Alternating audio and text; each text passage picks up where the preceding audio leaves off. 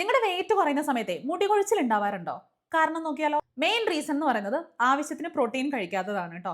നമ്മുടെ hair is made up of keratin. Keratin എന്ന് പറയുന്നത് പ്രോട്ടീൻ ആണ്. സോ നമ്മൾ ആവശ്യത്തിന് പ്രോട്ടീൻ കഴിക്കാതെ വരുമ്പോൾ സ്വാഭാവികമായിട്ടും മുടി കൊഴിച്ചിൽ ഉണ്ടാവും. രണ്ട്, ഒരു സഡൻ വെയിറ്റ് ലോസ് എന്ന് പറയുന്നത് ഒട്ടും ഹെൽത്തി ആയിട്ടുള്ള ഒരു വെയിറ്റ് ലോസ് അല്ല.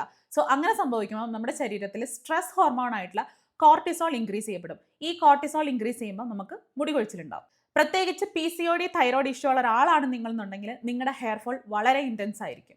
മൂന്ന്, നമ്മുടെ ഹെയർ ഫോളിക്കിൾസ് നല്ല നരിഷ് ചെയ്ത് വെക്കാനായിട്ട് നമ്മളെ സഹായിക്കുന്നതാണ് omega-3 ഫാറ്റി ആസിഡ്സ്, പിന്നെ ഗുഡ് ഫാറ്റ് എന്നൊക്കെ പറയുന്നത്. ഈ ഗുഡ് ഫാറ്റ് എന്നൊക്കെ പറയുമ്പോൾ നമുക്ക് നട്ട്സ്, നമ്മുടെ ഗീ, ഒലീവ് ഓയിൽ, അവക്കാഡോ, ഇതൊക്കെ ഗുഡ് ഫാറ്റിന്റെ സോഴ്സസ് ആണ്.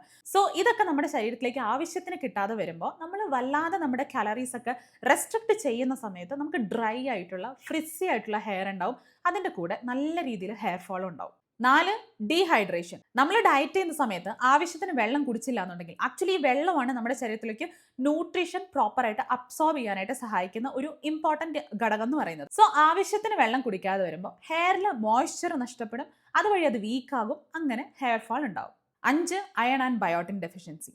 അതായത് നമ്മൾ വല്ലാതെ കാലറീസ് ഒക്കെ റെസ്ട്രിക്ട് ചെയ്യുന്ന സമയത്ത് അല്ലെങ്കിൽ ആവശ്യത്തിന് ന്യൂട്രീഷൻസ് നമ്മുടെ ശരീരത്തിലേക്ക് ചെല്ലുന്നില്ല എന്നുണ്ടെങ്കിൽ നമുക്ക് ഈ ഡെഫിഷ്യൻസീസ് ഉണ്ടാവും. ഇപ്പോൾ ഒരു അയൺ ഡെഫിഷ്യൻസി ഉണ്ടായിട്ടുണ്ടെങ്കിൽ നിങ്ങളുടെ ഹെയർ വല്ലാതെ വീക്കാകും, ഹെയർ ഗ്രോത്ത് സ്ലോ ഡൗൺ ചെയ്യപ്പെടും. അതേസമയം ബയോട്ടിൻ എന്ന് പറയുന്നത് നമ്മുടെ ഹെയർ ഭയങ്കര സ്ട്രോങ് ഹെയർ ഉണ്ടാവാനായിട്ടും ഒരു ബ്രേക്കേജ് ഒക്കെ പ്രിവെന്റ് ചെയ്യാനായിട്ട് നമുക്ക് ബയോട്ടിൻ വളരെ അത്യാവശ്യമാണ്. അപ്പോൾ അയൺ ആൻഡ് ബയോട്ടിൻ ഡെഫിഷ്യൻസി ഉണ്ടായിട്ടുണ്ടെങ്കിൽ നമുക്ക് നല്ല രീതിയിൽ ഹെയർ ഫാൾ ഉണ്ടാവും. സോ ടു കൺക്ലൂഡ്, ഈ വെയിറ്റ് കുറയ്ക്കുന്ന സമയത്ത് ഹെയർ ഫാൾ ഉണ്ടാവണം എന്ന് യാതൊരു നിർബന്ധവും ഇല്ല. ഒട്ടും തന്നെ ഹെയർ ഫാൾ ഇല്ലാതെ നമുക്ക് നല്ല രീതിയിൽ ആരോഗ്യപരമായിട്ട് വെയിറ്റ് കുറയ്ക്കാൻ പറ്റും.